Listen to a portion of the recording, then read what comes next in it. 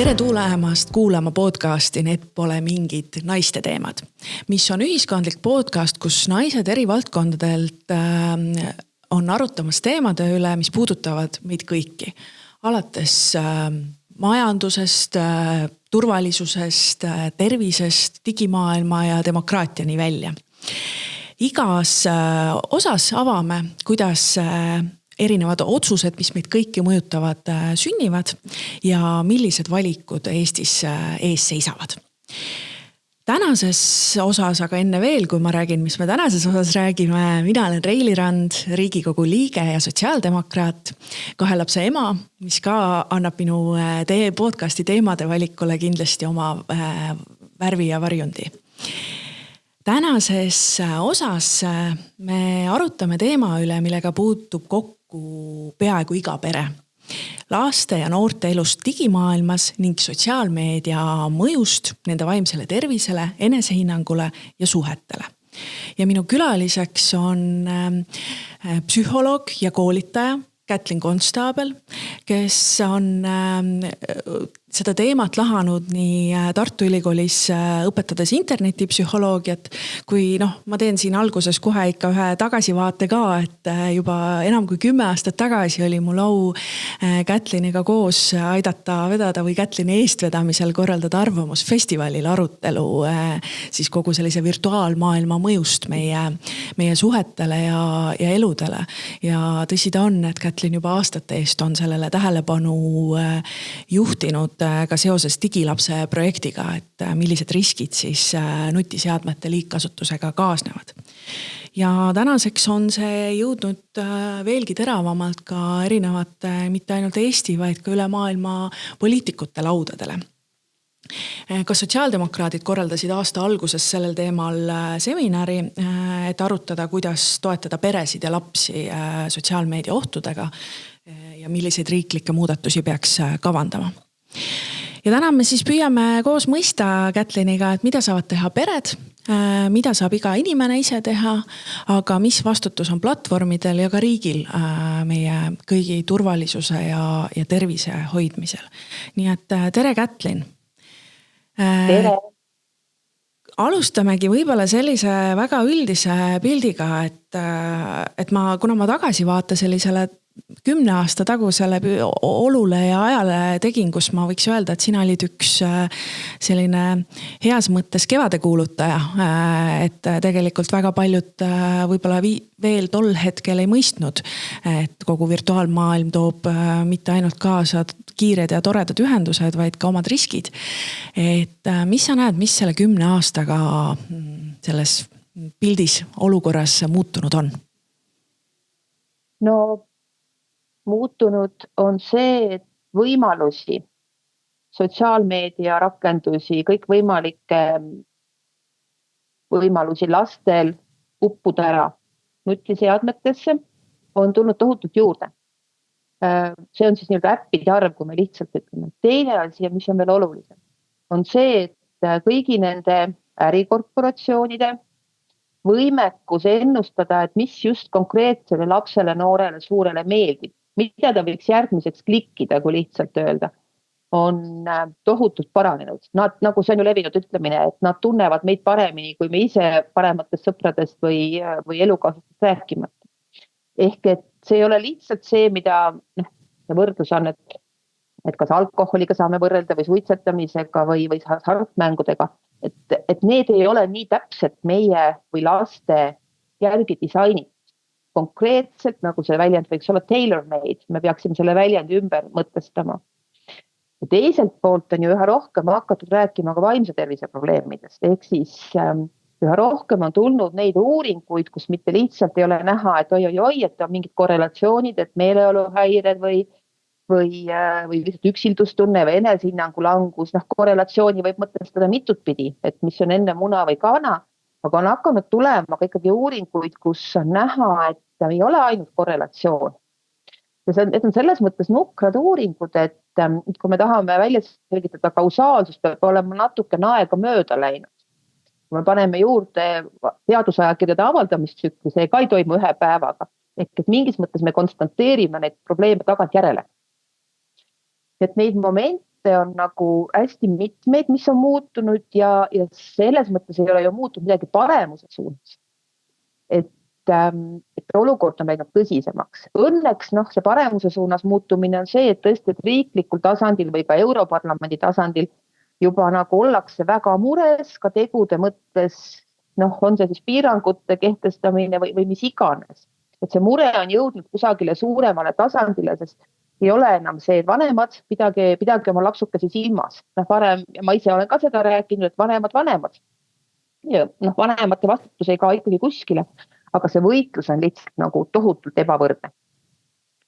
Absoluutselt, et vanemad kindlasti ei ole siin üksi ja me keegi igaüks ei ole selles üksi. Samas igaüks indiviidi tasandist kuni riigini saame midagi ära teha ja me selle riigi vastutuse poliitikate juurde tuleme natukene hiljem. Et ma võib-olla korra veel lahkaks seda sinu praktilist kogemust, et kui sa oma igapäevatööd just psühholoogina teed, et kui levinud või kui suur osakaal on nendest probleemidest, millega sa tegeled siis konkreetselt seotud ekraanidega ja kogu sellise digimaailmaga? Need on osaks igapäeva teemadest. Võtame näiteks, et pöörduvad lapsevanemad paarisuhte teemadega. Suur osa tülisid on sellest, et kuidas siis lapsi kantseldada, erinevad nägemused nutiseadmete lubamises, piiramises, reeglites, rääkimata sellest, et kui vanemad otsustavad lahku minna, siis see on, ma julgeksin öelda nüüd tavaline, et üks vanem on palju lubavam kui teine. Ja mis siis sellest tõusetub, on kujuteldav, et loomulikult lapsele meeldib see vanem, kes ostab talle uusi vidinaid ja lubab rohkem nutiaega, on ta populaarsem, eks ole.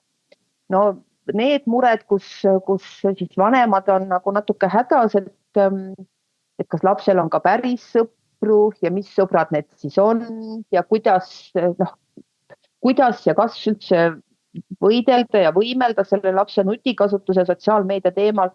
Ma julgeks seda nagu sildistada sõnaga segadus, sest kui enne koroonat ma tahaks öelda, aga enne seda, kui hästi palju õppimist oli vanamoodsal moel õpikud, töövihikud, siis vanematel oli lihtne või lihtsam öelda, et nii, nutiaeg on läbi, algab õppimise aeg. Praegu sellist asja teha ei saa. Et see suurendab veel kord sellist nagu usaldamatust, segadust, jääb mulje, et lapsel on kogu aeg palju õppida, kas tegelikult on ka palju õppida.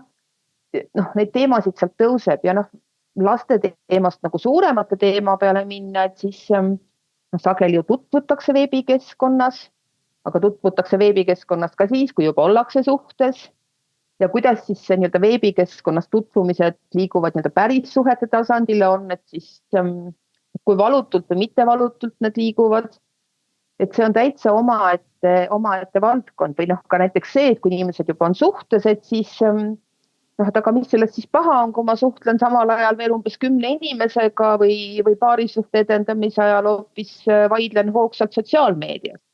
Et neid varjundeid või teemasid tuleb nagu igast uksest ja aknast. Absoluutselt ja meie eelmises osas või meie podcasti eelmises osas psühhiaater Anne Kleinbergiga rääkides tuli tegelikult teemaks ka see, et kogu see digimaailm mõjutab ja sotsiaalmeedia mõjutab ka meie oskust suhteid üldse luua.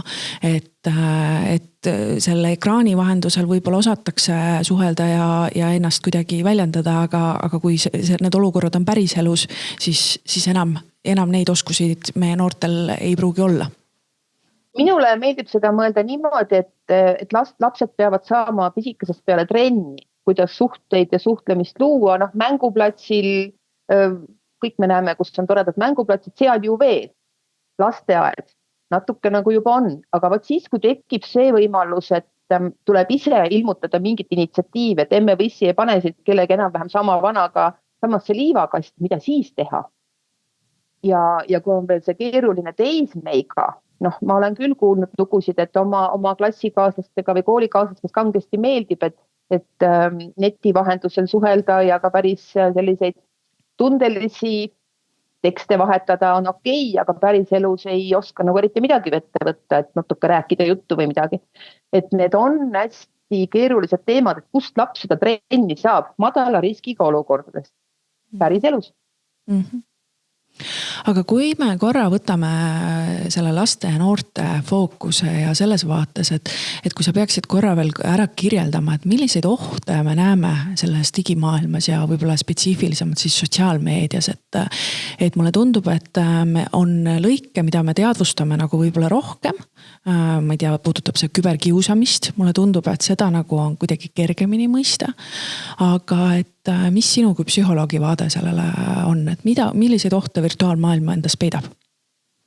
No suhtlemisoskuse teemast oli, eks ole, juba juttu, et kas lapsed õpivad suhtlema ka päris elus, ka olukordades, kus see ei ole lihtne. Olgu see siis see, et ma pean väljendama, et kuule, ma ei ole rahul sellega, mis sa praegu teed, või ütlema, et kuule, sa meeldid mulle. Ehk et kogu see spekter, kas nad õpivad. See on üks moment, aga teine on see, et kogu see meeldimisele, laikidele, populaarsusele orienteeritud keskkond. Et lapsed tahavad ju väga olla osa teistest, räägime teismelistest, eriti noortest. Neil on jube tähtis olla oma karja aktsepteeritud liige. Jälgida samu asju, saada laike, saada positiivset tagasisidet, kui suurte inimeste keelest öelda. Ja see on nii vägev stiimul, et see on grupi või karja tunne, ma olen tegija. Siis teine moment või kolmas. Jah, kolmas on ikkagi see, et kuidas siis inimese aju kujuneb või ei kujune. Et mõned asjad ei muutu. Inimese aju on disainitud juba mitu miljonit aastat tagasi, tegelikult isegi veel varem, sest osa juppe disainiti nagu siis, kui inimene polnud veel inimene. Et kui laps veedab väga palju aega nutimaailmas, nii nagu see praegu on, kiirele dopamiinile orienteeritud, siis on tal väga raske, mitte öelda võimatu, treenida oma seda ajuosa, mis on keskendunud pikkadele eesmärkidele, sihtidele, eesajuosa, otsmikusagar. Nagu nii see areneb välja alles kuskil 20. aastateks. No me kõik teame, et noored on riskialtimad, ei suuda kalkuleerida kõiki olukordi välja. Mitte, et me suured head oleme.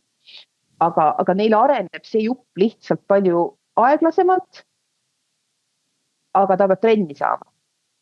Kui saab trenni see jupp, või see ajuosa, mis tahab kiiret mõnutunnet, kiiret põnevust, kiireid lahendusi, siis see pikemate sihtide seadmine, eesmärkide seadmine, kuidas ta kujuneb, ta ei kujunegi. Ja see on nii oluline nii õppimise juures, eks ole, kui suhete loomise juures, kui elusihtide sättimise juures. Et see on päris tõsine mure koht. Ja see ka, et kui nagu on väga sellist suurt soovi olla oma karja liige, siis kui ma julgen natuke erineda või minu standardid ja karja standardid või karja käitumine ei lange kokku või minu elu ei tundu nii hea, nagu on teistel minu ümber, isegi kui mõistusega saadakse aru, et okei, see kõik on läbi filtrite ja ainult positiivne pool, siis see enesehinnang kipub ikka tegema väga, väga suuri kukkumisi läbi.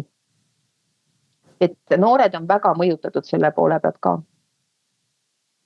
Ma arvan, et sa väga niimoodi lihtsalt ja inimlikult selgitasid selle osa lahti, et kuidas meie aju areng, füsioloogiline areng ja üldse meie kui inimeseks kujunemise põhjustel on selgelt, ei suudagi lapsed ise neid piire ja piiranguid panna, kui nad sinna dopamiini täis keskkonda on sattunud. Ja see võiks nagu julgustada suuresti lapsevanemaid, et see ei ole kuidagi laste heaolu kahjustab, vaid vastupidi, laste heaolu vägagi toetav ja soodustav, et need piirid panna. See ongi ju lapsevanemate kohustus luua see turvaline ja toetav keskkond, et mulle väga meeldis sellel sotsiaalmeedia seminaril, mis jaanuari alguses toimus Riigikogus, kuidas Riina Sikkut tõi väga lihtsustatud võrdluse liiklusreeglitega, et me ei sea kahtluse alla täna seda, et liikluses toimumiseks peavad meil olema mingid reeglid, et miks me siis sellise digimaailma puhul ei ole valmis sellest rääkima.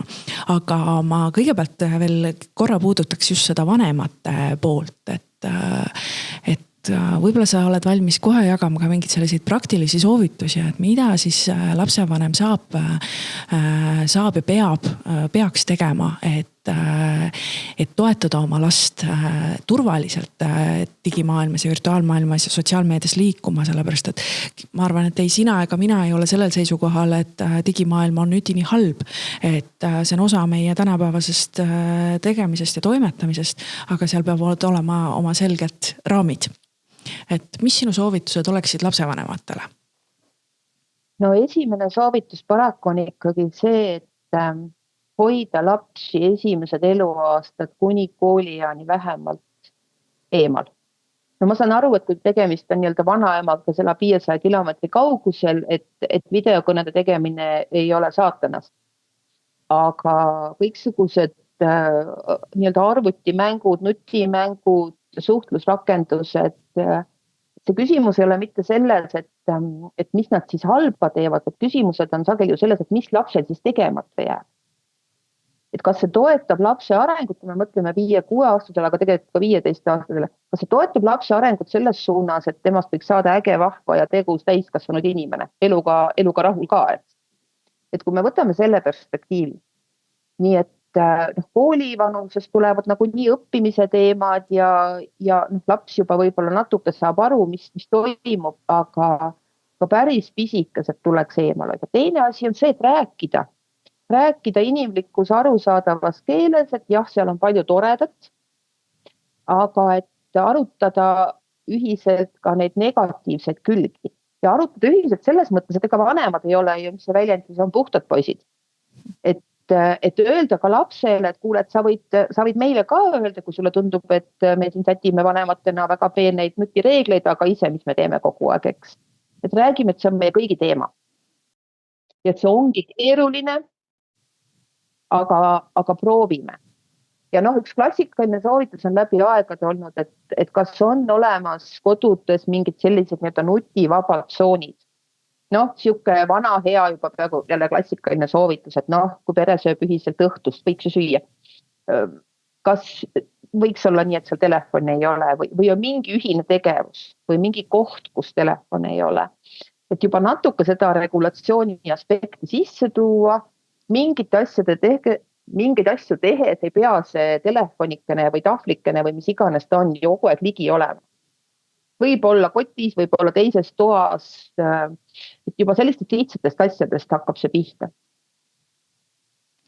Ja ka tõesti täiskasvanutena samamoodi küsida, et aga mis meil jääb tegemata, kui me kogu aeg oleme ekraanis, et see oli väga hea meeldetuletus ka endale, et vägagi nõus, et me ju tegelikult lapsevanematena oleme need eeskujud, et käituge nii sõnade kui ka tegude järgi on ju, et mõlemad pooled peavad esindatud olema, aga kui palju sa täna näed, et täiskasvanud ise tunnistavad, et neil on nuti või digisõltuvus või probleemid või pigem pöördutakse ikkagi murega laste pärast?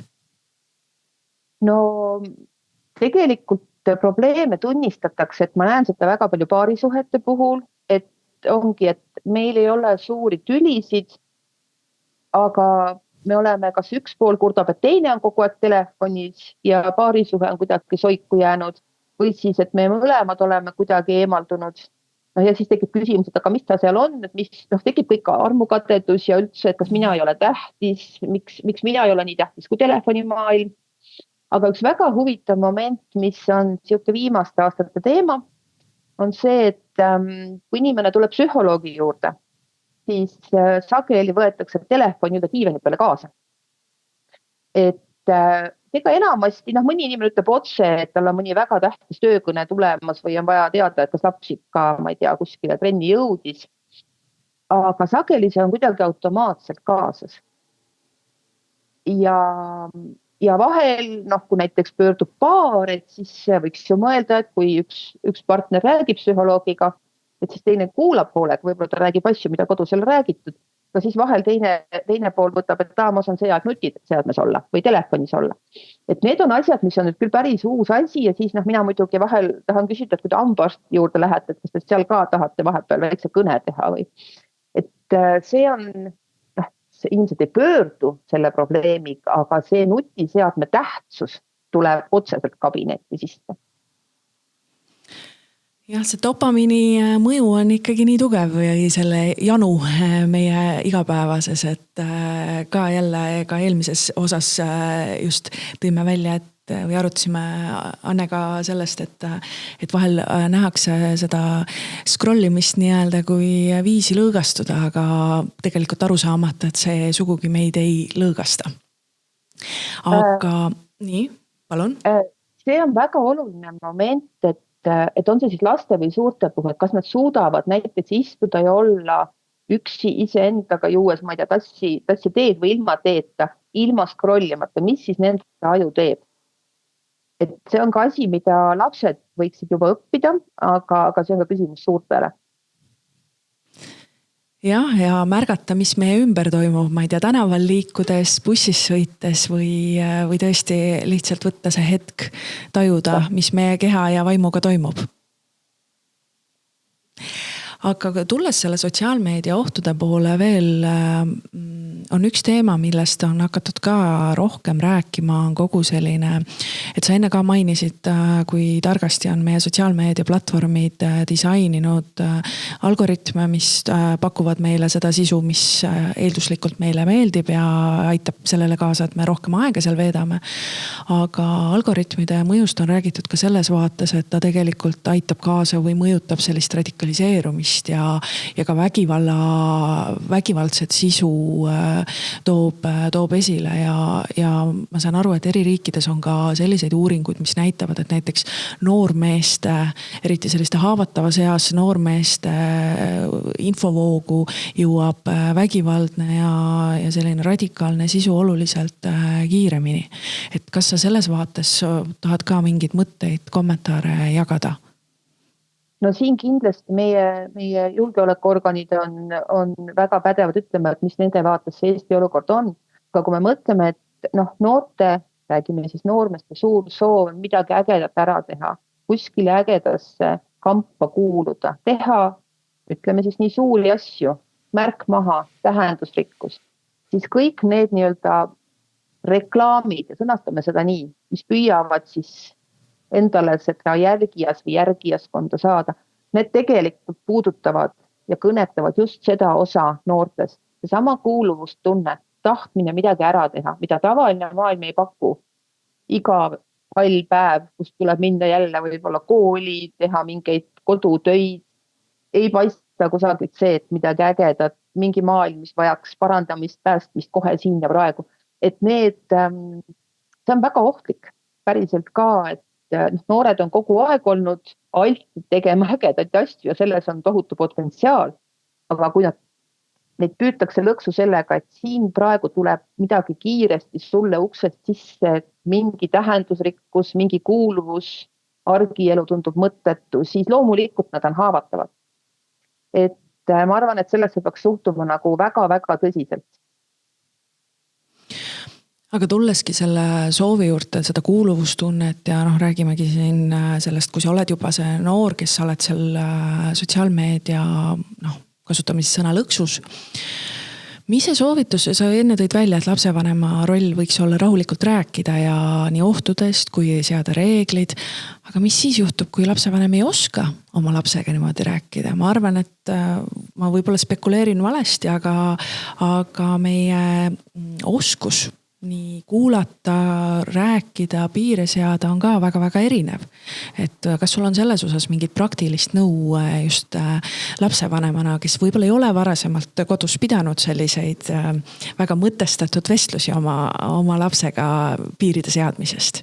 Et millest alustada või kuidas läheneda, et see ei lõppeks konfliktiga, et ema või isa sa ei tea elust midagi.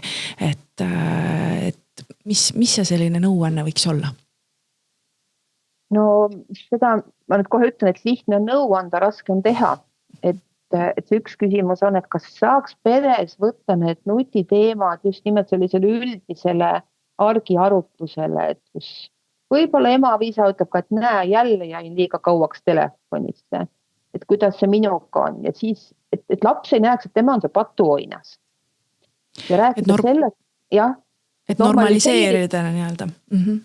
Just, et see on kõigi ühine teema, et vanem ei võtaks seda, et mina olen siin see, kes on hädas sinusuguse kehva käitumisega lapsega ja muudkui olen siin, miks mul parem laps ei võiks olla, et see on selge, et laps ei tunne ennast hästi. Ja rääkida rahulikult, mitte pidada kõrge postamendi otsast, eks ole, loeng. Ja tegelikult küsimus on, kui vana laps on, kellest me räägime, et väikestega me saame seada reeglid ka niimoodi, et me ei pea enne pikka põhjalikku teadusartiklite teemalist arutelu. Aga mina ennustan tegelikult vanemaid nagu lapsega koos unistama. Mitte unistama selles võtmes, et vaata, et sa pead ikka kõrgkooli ka jõudma või vaata, et su vanaisa oli juba suur, ma ei tea, mis kangelane, töökangelane või muu kangelane, et vaata, et sa ikka nüüd tema vääriline oled. Aga õpetada unistama, et mida laps ise tahaks oma eluga pihta hakata. Milline ta tahab olla 10 aasta pärast, 20 aasta, millist elu ta soovib. Võt siis panna sellesse kontekst, et kas need asjad, mis me praegu teeme, et kuidas see nagu seda toetab. Muidugi suured võiks ise ka niimoodi mõelda, eks ju. Et hästi rahulikult, mitte hukka mõistes, mitte kantseldades, seda nagu nii tuleb ette. See on, lapsevanemad kõik vahepeal kantseldavad rohkem, kui hädasti vaja on. Aga ja kiita iga väikest seda sammu, kui laps näeb, et võib-olla ta ise on liiale läinud nutikasutusega või näed jälle seal sattusin mingite sõpradega sõnasõtta ja nüüd nad vaata kiusavad mind või midagi, ma ei taha seal praegu olla. Et tabada ära neid hetki, kus laps saab ise aru, et nagu liiale on läinud millegagi ja püüab ise oma käitumist muuta. Sest vahel me arvame ju, et kui laps ühe päevaga oma käitumise heaks muudaks, siis ta vääriks meie diplomit. Aga tegelikult me unustame ära need väiksed sammud, kus ta nagu, kui saab aru, et tuleb midagi teisiti teha ja neid me ei märka oma ümbritsevate juures ka muidugi. Nii ta on, aga kui on juba tunne, et ise enam hakkama ei saa, ei oska midagi teha, on jutuajamised kodus peetud, saad kas siis lapsevanem enda vaates või siis oma järeltulijate vaates tunneb, et ma enam ei saa hakkama. Ma ei tea, mida teha. Mis siis on see soovitus?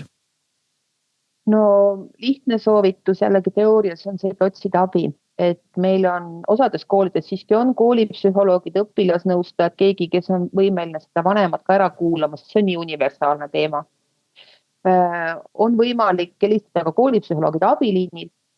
Aga tegelikult parem on juba see, et kui vanemad omavahel arutavad, ühesõnaga, et kui on isa-ema näiteks arutavad või lapse vanemad arutavad omavahel, aga kui jagada ka näiteks sõpruskonnas, et kellel on mis nipp, mis on võib-olla toetanud, et sealt saab mingi muutuse, arutada koolis, sest olgem ausad, et see, kui üks lapsevanem või üks pere otsustab, et meie oma last püüame nagu mingitest ohtudest hoida, ja ümberringi terve klass või terve kool käitub täitsa teisel moel, siis see saab olema üks väga karm võitlus. Ja sisuliselt tähendab see seda, et pere ütleb oma lapsele, et sa pead astuma välja oma karjast, et endale normaalset tulevikku nii-öelda genereerida. See on päris rets.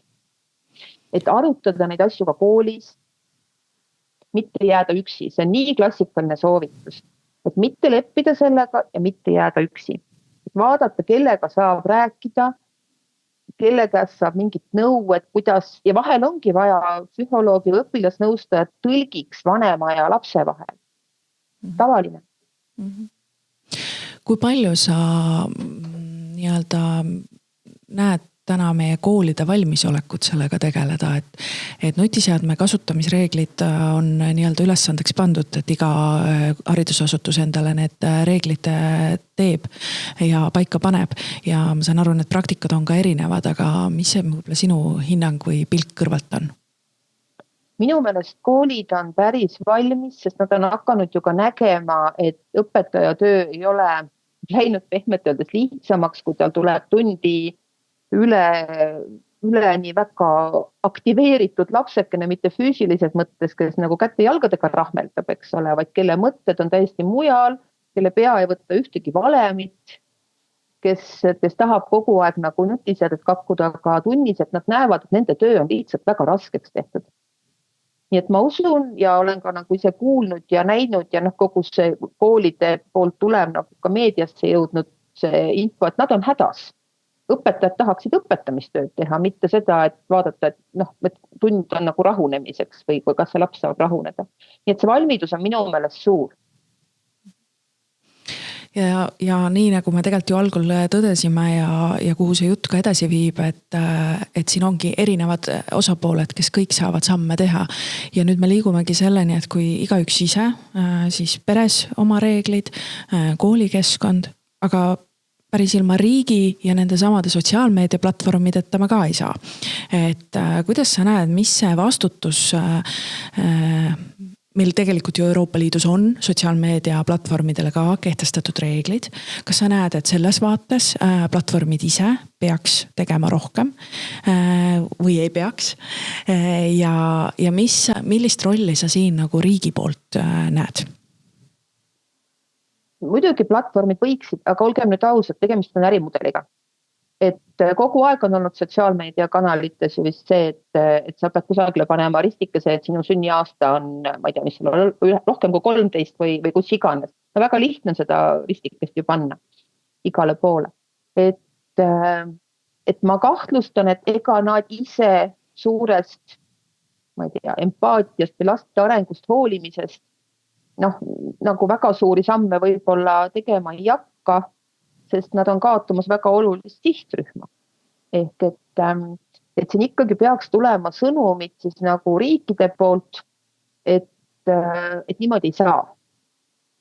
Nüüd see konkreetselt, et mis vanusest mida keelata ja kuidas, see on omaette küsimus, aga minu meelest oleks tähtis, et pered, lapsed ka, noored ka saaksid kuskilt väga ühemõttelise sõnumi, et okei, sotsiaalmeedias nutikasutuses on palju head, aga seal on ohud, sest praegu on see tegelikult väga segane lugu.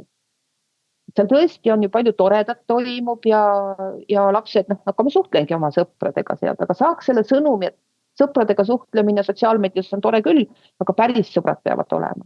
Päris elu peab ka olema. Ma saan aru, et see nende lahku viimine on kunstlik, mis ma praegu tegin, aga saada kusagilt mingi väga selge sõnum. Et see on teema.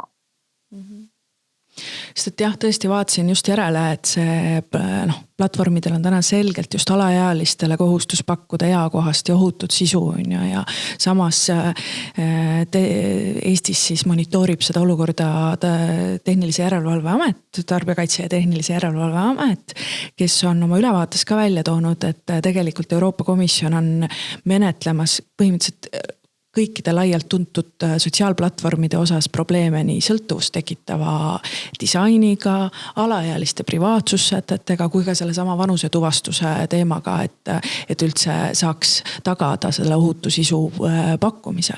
Ja mis mind eriti pani veel ausalt öeldes muretsema, et ikkagi kuigi lapsporno on täielikult keelatud tegevus, mille sisu saab koheselt eemaldada, siis nii näiteks on üks portaal ka Eestis, mis on muukeelse elanikkonna hulgas lausa top 3 infoallikas, kus on väga tõsised probleemid nii lapsporno kui ka terroristliku sisuga.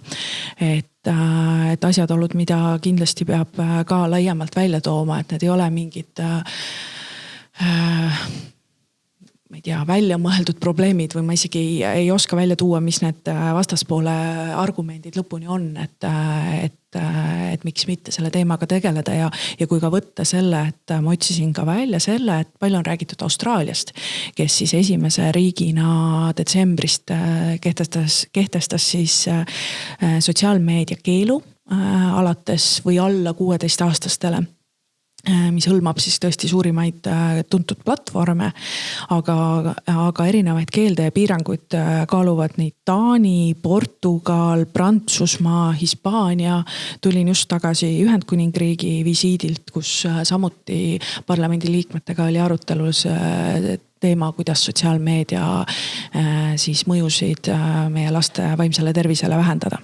Et selles osas vägagi nõus, et lihtsalt loota, et platvormid eneseregulatsiooniga midagi muudavad, kui nende äri ja majanduslik nii-öelda kasumlikkus sellega seotud on tõenäoliselt naiivne. Samas on ka skeptikud ütlevad, et see on ikkagi eeldaks sellist Euroopa Liidu ühtset tegutsemist ja toimetamist, et ikkagi ma noriks su käest selle välja, et kas Eesti sinu hinnangul peaks ikkagi võtma sellise jõulisema suuna või mõtleme, et las suured teevad ja ootame ja vaatame, mis saab? No see jõuline suund võiks olla ka see, et ma nüüd kasutan sõna survestama, aga motiveerida Euroopa Liitu võtma ühtne seisukoht.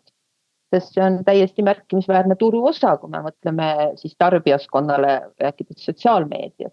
Et see positsioon võiks olla see, et võtta siin eestvedajana võib-olla natuke juba hiljaks jäänud, kui nii palju tegutsevad, aga et leida see ühisosa, sest mure laste pärast on ju kõigil. Aga nüüd on see küsimus, et aeg läheb. Meile võib küll tunduda, et kui see sotsiaalmeedia on nii, nagu ta on, et ega siis see ei ole otseselt see, et keegi viskab meile pommi kaela, aga see mõju on kumulatiivne. Et kui me praegu jätame tegutsemata, siis laste ajud on, sõna löögi all kõlab ikkagi retsilt, aga las ta siis kõlab ju mitu aastat veel kogu selles samasuguses infosfääris.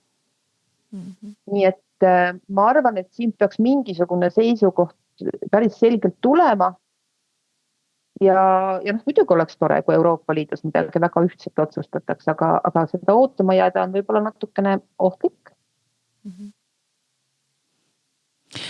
Kui palju sina oled noortega endiga sellel teemal rääkinud? Et kuidas noored tunnevad või tajuvad, et ka sellel palju mainitud juba seminaril tegelikult oli ka noorte esindaja, kes ikkagi julges välja tuua, et pigem ju saadakse aru, et sotsiaalmeedial on oma mõju ja oma nii-öelda pahupool. Aga mis sinu nii-öelda kommentaar, teadmine selles vaates on? No tundub, et noored, ma ei saa öelda segaduses, et ühelt poolt paljud saavadki aru, aga teiselt poolt see tohutu oluline osa elust nagu möödubki selles keskkonnas ja siis noorel inimesel võtta omaks, et ma teen midagi täiesti kohutavat, näiteks siis enda aju jaoks või enda tuleviku jaoks. No ega see siis ju lihtne ei ole, et nad on ka väga segaduses ja seda peab nii-öelda sõbralikult tunnistama. Aga ikkagi me ei saa loota. Tõsi, maailmas räägitakse juba sellest ka, et nii-öelda moodne aktivism või mässumeelsus on ka selles, et on noori, kes teadlikult otsustavad, et ma ei mängi seda mängu kaasa. Ei liitu sotsmeedia platvormidega, elu on ilma ka võimalik. Ja siin tuleb muidugi välja väga huvitav moment, et kas on soolisi eripärasid. Tüdrukud kipuvad olema rohkem suhtlejad, rohkem need, kes teevad ägedaid selfiesid võib-olla ja ma ei tea, kas keegi on uurinud Eestis, et kes klassi instat peavad, eks need on tüdrukud või poisid. See on põnev küsimus. Aga et on noori, kes tegelikult märkavad, et ma ei saa sealt tegelikult seda, mis mul on eluks vajalik. Aga me ei saa sellele lootma jääb.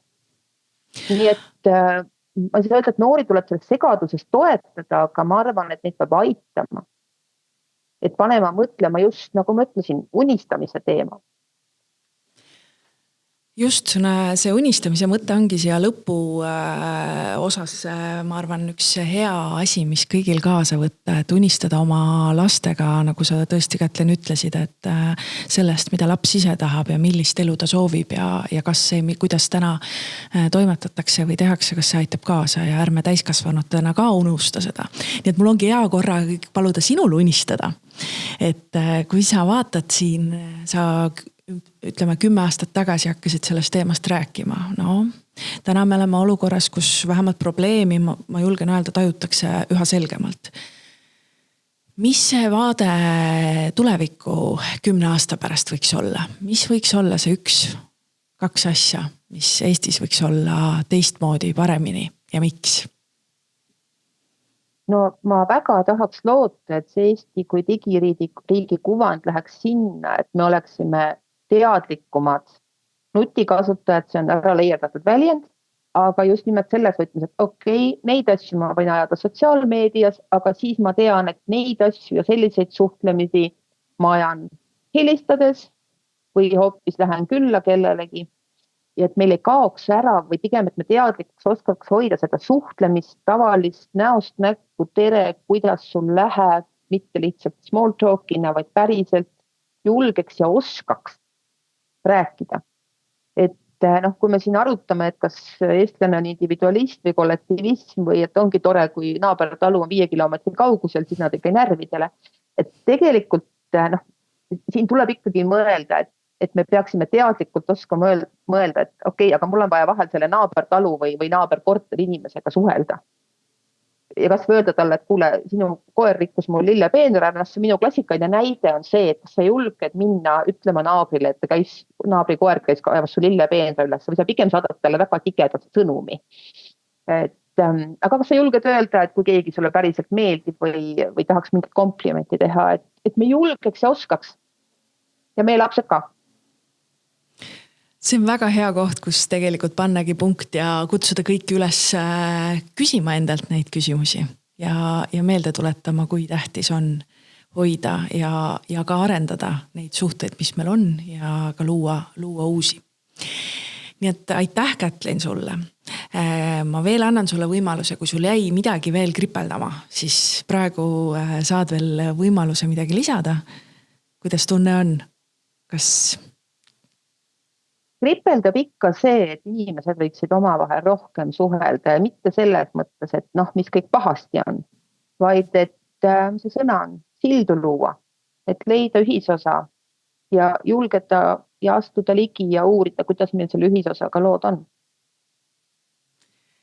Ma tänan sind nende mõtete eest, selle kogemuse eest ja ma igal juhul saan öelda, et vähemalt sotsiaaldemokraatidena me seda teemat kindlasti eest veame, neid arutelusid.